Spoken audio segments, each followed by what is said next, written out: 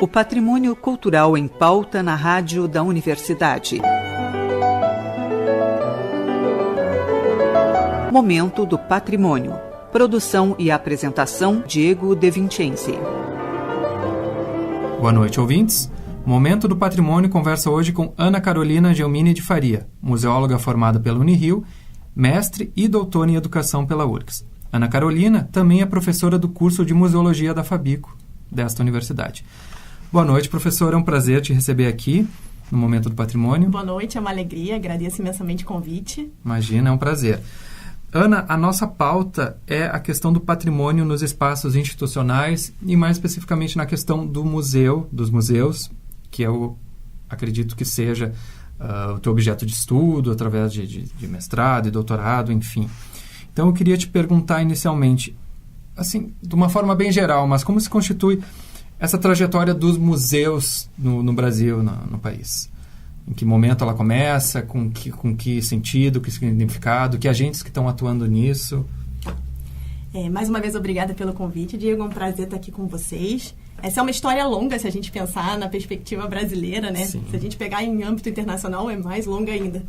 Mas a gente consegue ter alguns marcos em relação à história dos museus. Inclusive, ano que vem, a gente vai comemorar o aniversário do Museu Nacional, né? O bicentenário do Museu Nacional, 1808. É considerada, então, uma das primeiras instituições brasileiras, né, localizada atualmente no Rio de Janeiro, né, a antiga capital. Desde então, a gente vem com uma série de museus sendo criados e é possível, dentro deles, mapear várias tipologias, várias formas de concepção ideológicas, políticas, de acordo com a trajetória, inclusive, da sociedade, né? Então, a gente tem primeiro os museus que a gente vai chamar de museus enciclopédicos, com um caráter mais de ser grandes espaços, como se fossem livros ilustrados, tentando congregar o máximo de conhecimento possível através dos objetos. Depois a gente vem em um outro movimento com os museus nacionais, pensando o espírito nacional, né, toda essa ideia de educação cívica vinculada à lição de coisas, aos objetos, como a educação visual pode ser potencializada por meio da materialidade. E nós temos fenômenos mais contemporâneos hoje em dia, né, com a sociomuseologia ou museologia social, museus comunitários, ecomuseus, até hoje em dia os museus virtuais por meio da internet, grandes fenômenos vinculados, então, ao âmbito dos museus. Tá ótimo.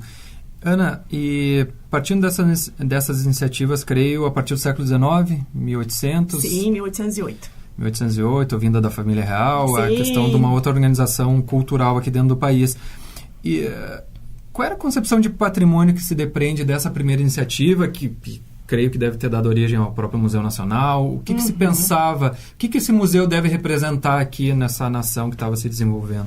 É bem interessante essa questão, porque a gente vai identificar que são objetos, na verdade, era um novo mundo, né? Então, era uma tentativa de, inclusive, através dessa materialidade, entender o próprio território brasileiro. Então, a gente vai ver toda uma necessidade, todo um desejo, por meio da materialidade, de juntar o diferente, o específico, vinculado a essa ideia de nação, né? E, principalmente, uma correlação com museus internacionais, tentando realmente, nesse espírito enciclopédico, completar as coleções ao potencializar ao máximo o conhecimento da humanidade. Então, são objetos muito vinculados à pesquisa, ao conhecimento científico. É importante dizer que no século XIX não era qualquer pessoa que visitava os museus, né? Eram visitas ilustres, eram visitas científicas, porque tinha uma vinculação imediata com a pesquisa em âmbito nacional. Perfeito. E como é que começa a se cristalizar, a se materializar essa ideia de vinculada a museus e outros espaços institucionais, enfim, essa ideia de um patrimônio nacional, de algo que é uma herança, que deve ser desenvolvida, que deve ser fomentada, que deve...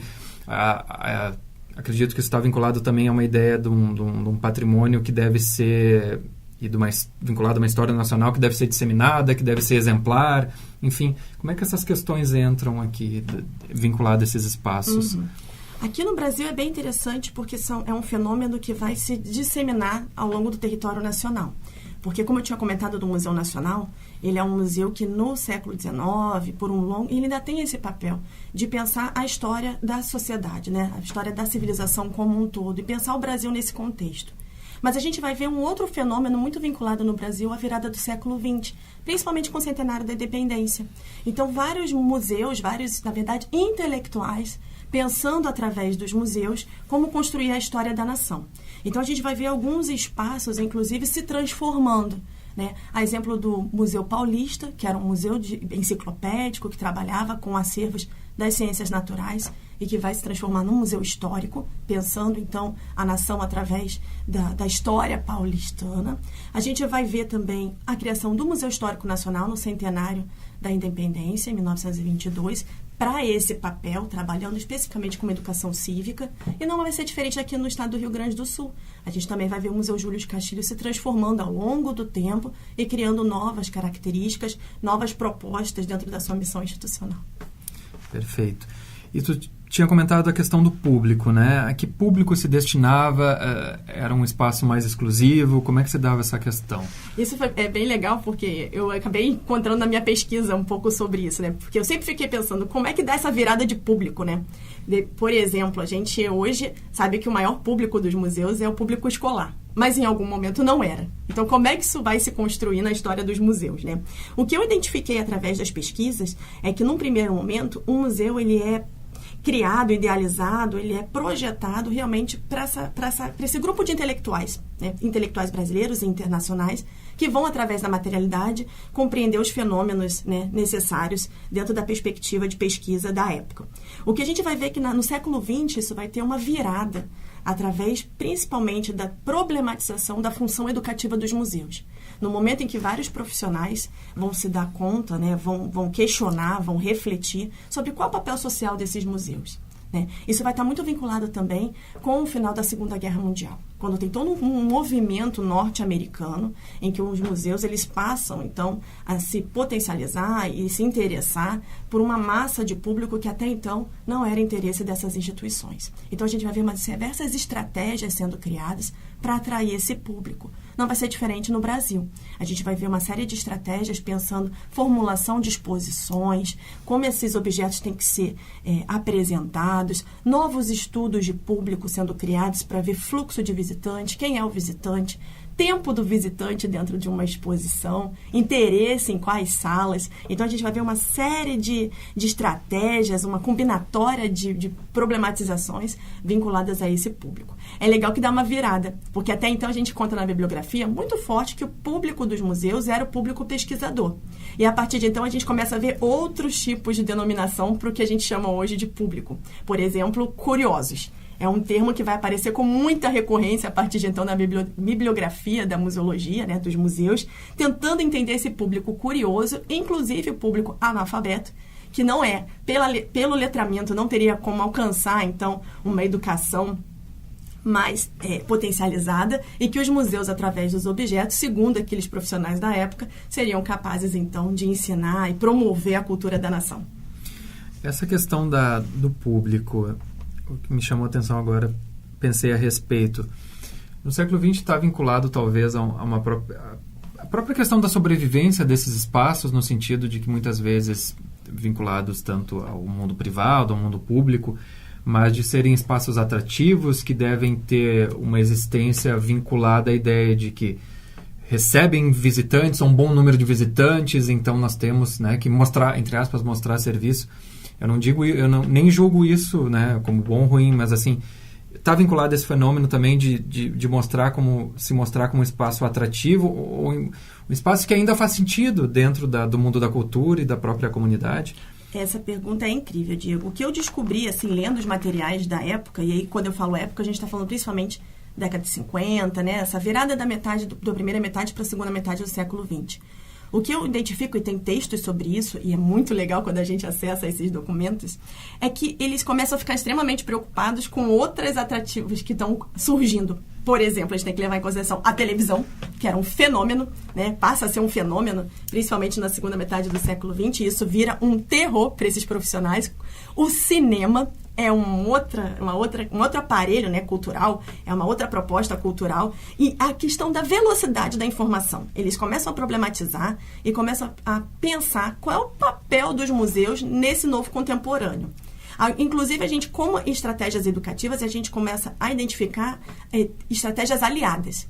Por exemplo, uma coisa que passa a ser muito recorrente nos museus é cinemas educativos dentro dos espaços expositivos. Assim, ao finalizar uma visita, o público, isso é direcionado, né? Ele é direcionado ao auditório para passar um cinema educativo, um filme educativo com relação ao tema da exposição. Isso é muito interessante porque a gente vê nesse processo 2 agentes conversando energicamente, que são o que a gente chama hoje de museólogos, que na época eram os conservadores de museus, e os educadores. A gente vê o campo da educação se interessando bastante nesse momento, principalmente por causa da escola nova. A gente tem um interesse aí muito forte de entender uma educação, uma proposta educativa diferenciada que os museus podem proporcionar, porque para muitos desses intelectuais, museu é vida, no sentido de ter registros, ter evidências da história da sociedade, algo que nos livros é ilustrativo. Então, é uma potencialidade nesse sentido de poder experimentar a vida ao ter contato com esses objetos. Então, passa a ser uma tentativa de trazer uma proposta diferenciada ao cinema, à velocidade que vai se apresentar com a televisão, mas também conjugá-las dentro desse cenário. Perfeito. Professora Ana Carolina, muito obrigado pela tua participação aqui no Momento Patrimônio e a gente se vê semana que vem. Eu que agradeço, é uma alegria. Até a próxima. Até a próxima, boa noite. Momento do Patrimônio conversou hoje com Ana Carolina Gelmini de Faria, museóloga formada pela Unirio, mestre e doutora em educação pela URGS e também professora do curso de museologia da Fabico dessa universidade. O Momento do Patrimônio é realizado pelo Setor de Patrimônio Histórico da Superintendência de Infraestrutura. O SPH coordena o projeto Resgate do Patrimônio Histórico e Cultural da URGS, que é responsável pela restauração, pela manutenção e pela adaptação às demandas contemporâneas do conjunto edificado da universidade. O projeto de acessibilidade do prédio da rádio da universidade está em fase de captação de recursos junto à comunidade. Para saber como contribuir, acesse nosso site urgs.br/patrimônio histórico. Este programa teve produção e apresentação de Diego De Vincenzi. Gravações, edição e mesa de áudio de Luiz Fogassi. Voltamos na próxima terça-feira, às 20h30. Boa noite a todos e até lá.